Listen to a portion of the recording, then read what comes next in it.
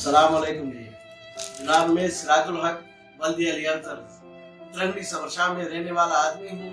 غریب آدمی ہوں، اور میں یہ گزارش کرتا ہوں کہ میرے ساتھ میرے بھائی اور اس کے ساتھ ایک پڑوسی ایک اور آدمی ہے شاید رفیق خان، وہ میرے ساتھ بہت ظلم کر رہے ہیں۔ میں گھر سے جدا ہوں، میرے بھائی کو جو ہے گھر سے اس کی بیوی نکالا، گھر میں بھائی موجود نہیں ہے، اس کے سامان فرنیچر اور سامان پڑا ہوا ہے، اس کے اوپر سے چھتیں بھی اکھاڑ دیا، چھتیں باہر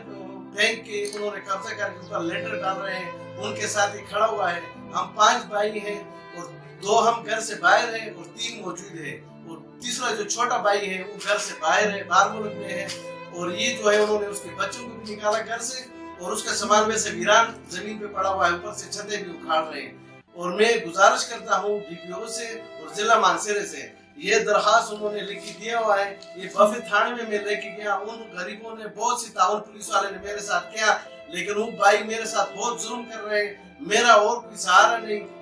ڈیسی صاحب اور ڈپٹی مانسہرہ کے، میں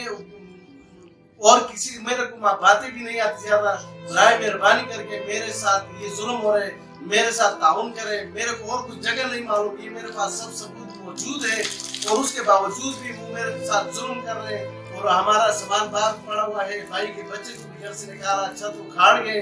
اور میں کیا کروں، میں کہاں سے مانگوں؟ میں ضلع مانسہرہ کے پولیس سے اور بفا تھانہ ہمارا حدود لگ رہا ہے، انہوں نے بھی ہمارے ساتھ تعاون کیا، بہت کیا، لیکن وہ بہت ظالم ہے اور وہ میرے کو تنگ کر رہے ہیں۔ وہ 2 بھائی ایک سائڈ پہ ہیں، ہم تینوں بھائی اور 2 بہنیں ایک سائڈ پہ ہیں، وہ ہمارے سے قبضہ لے کر وہ قبضہ کر رہے ہیں۔ تو برائے مہربانی کر کے، میں غریب آدمی ہوں، میرے کو کوئی جگہ نہیں معلوم، میرے بچوں کو میں کھانا کھلا دوں، ان کے لیے 500 روپے دیہڑی کو معلوم، یا یہ عدالتوں کے چکر میں لگا رہوں، میرے ساتھ کون